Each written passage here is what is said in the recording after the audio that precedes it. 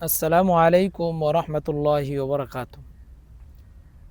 বিসমিল্লাহির রহমানির রহিম। আলহামদুলিল্লাহি রব্বিল আলামিন ওয়াল আকিবাতু লিল মুত্তাকিন ওয়াসসালাতু ওয়াসসালামু আলা সাইয়্যিদিল মুরসালিন ওয়া আলা আলিহি ওয়া সাহবিহি আজমাইন ওয়া মান দাআ বিদাওয়াতিহি ইলা ইয়াউমিদ্দিন। সুপ্রিয় দর্শক শ্রোতা ভাই ও বোনেরা, সকলের প্রতি আন্তরিক শুভেচ্ছা ও অভিনন্দন। আজকে আপনাদের সাথে শেয়ার করতে চাই, এ পৃথিবীতে মানুষের জীবন সুখে আর দুঃখে, সুখ স্বাচ্ছন্দ্যের মধ্যে অথবা দুঃখ কষ্টের মধ্যে। এই দুটোই আল্লাহ সুবহানাহু ওয়া তাআলার পক্ষ হতে নিয়ামত। আল্লাহ সুবহানাহু ওয়া তাআলা কোরআনে কারিমে ইরশাদ করেছেন, ওয়ানাবলুকুম বিশ-শাররি ওয়াল খায়রি ফিতনা। আমি তোমাদেরকে ভালো মন্দ, দুঃখ কষ্ট, সুখ স্বাচ্ছন্দ্য দিয়ে পরীক্ষা করব। আর সুখ স্বাচ্ছন্দ্য এবং দুঃখ কষ্ট এর মধ্যেই মানুষের জীবন। দুটোই আল্লাহ সুবহানাহু ওয়া তাআলার পক্ষ হতে মানুষের জন্য নিয়ামত। দেখুন, যখন আপনি সুখে থাকেন, স্বাচ্ছন্দ্যে থাকেন, তখন শুকর আদায় করেন, আল্লাহর কৃতজ্ঞতা প্রকাশ করেন।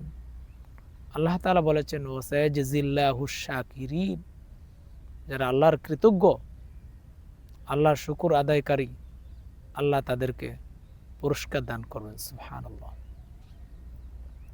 তদ্রূপ যখন আপনি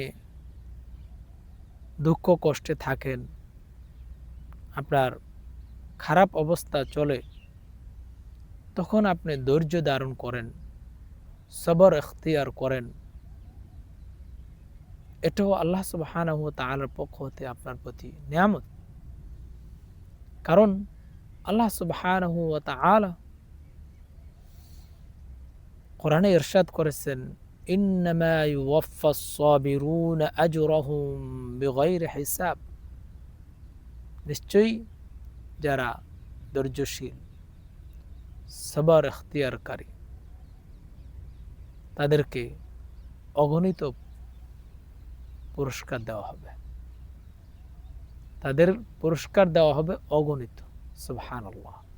তাহলে জীবনের সর্বাবস্থায় সুখ স্বাচ্ছন্দ্য আর দুঃখ কষ্ট, ভালো মন্দ, সর্বাবস্থায় এটা যেন বান্দার জন্য নিয়ামত।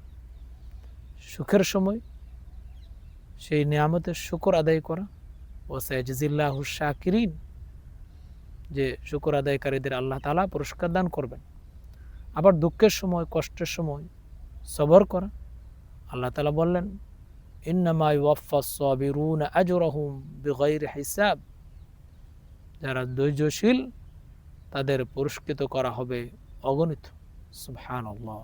আল্লাহ সুবহানাহু ওয়া তাআলা আমাদেরকে তার কৃতজ্ঞতা, তার শুকর আদায় করার তৌফিক দান করুন। আমিন। ওয়াসসালামু আলাইকুম ওয়া রাহমাতুল্লাহি ওয়া বারাকাতুহু।